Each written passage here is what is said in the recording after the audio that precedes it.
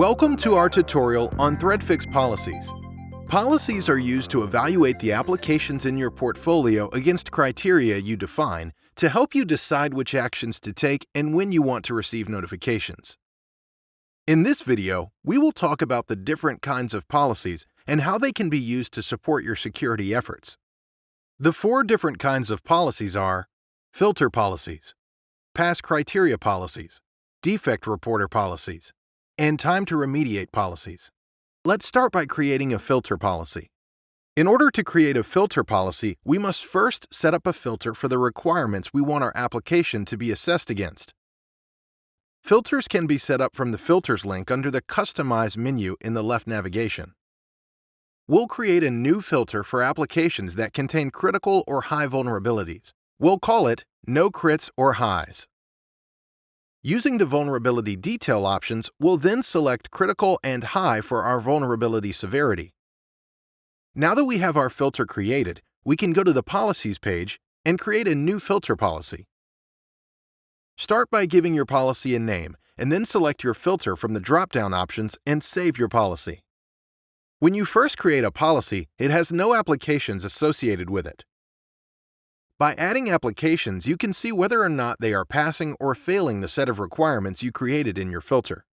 Pass criteria policies are policies that you define specific to your continuous integration program. We'll start by creating a policy called No New Highs. We can then set criteria for vulnerabilities based on risk ratings using the drop-down menu.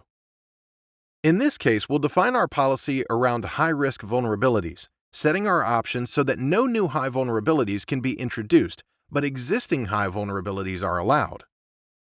This allows us to restrict any new code check-ins from our developers from coming in and contaminating our codebase if those check-ins create new high vulnerabilities.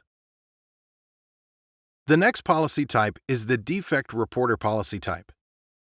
When the requirements are met, these policies automatically create defects for the defect tracker you have configured with your application. Let's create a policy called No New Highs.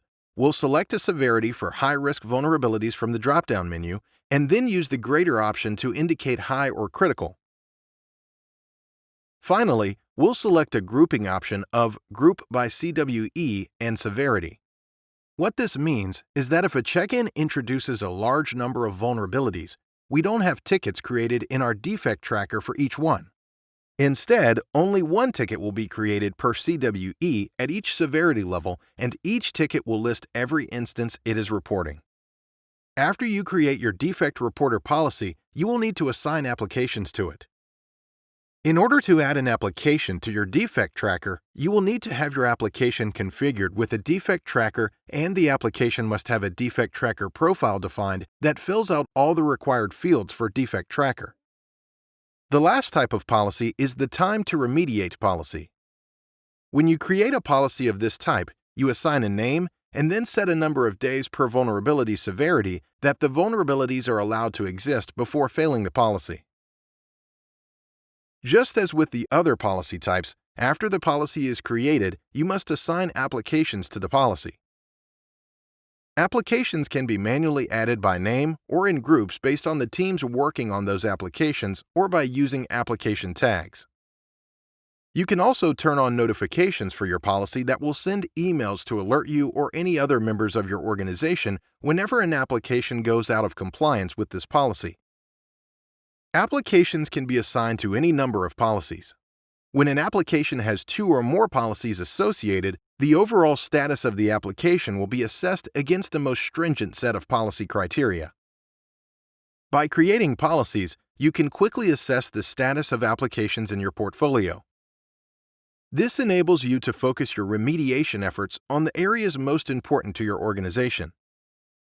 Hopefully, this introduction to creating and using policies gives you new ideas on how to get more value from your ThreadFix deployment. Check out our other videos to learn how to use more of the advanced functionality of the platform. And as always, feel free to reach out to customer service with any questions.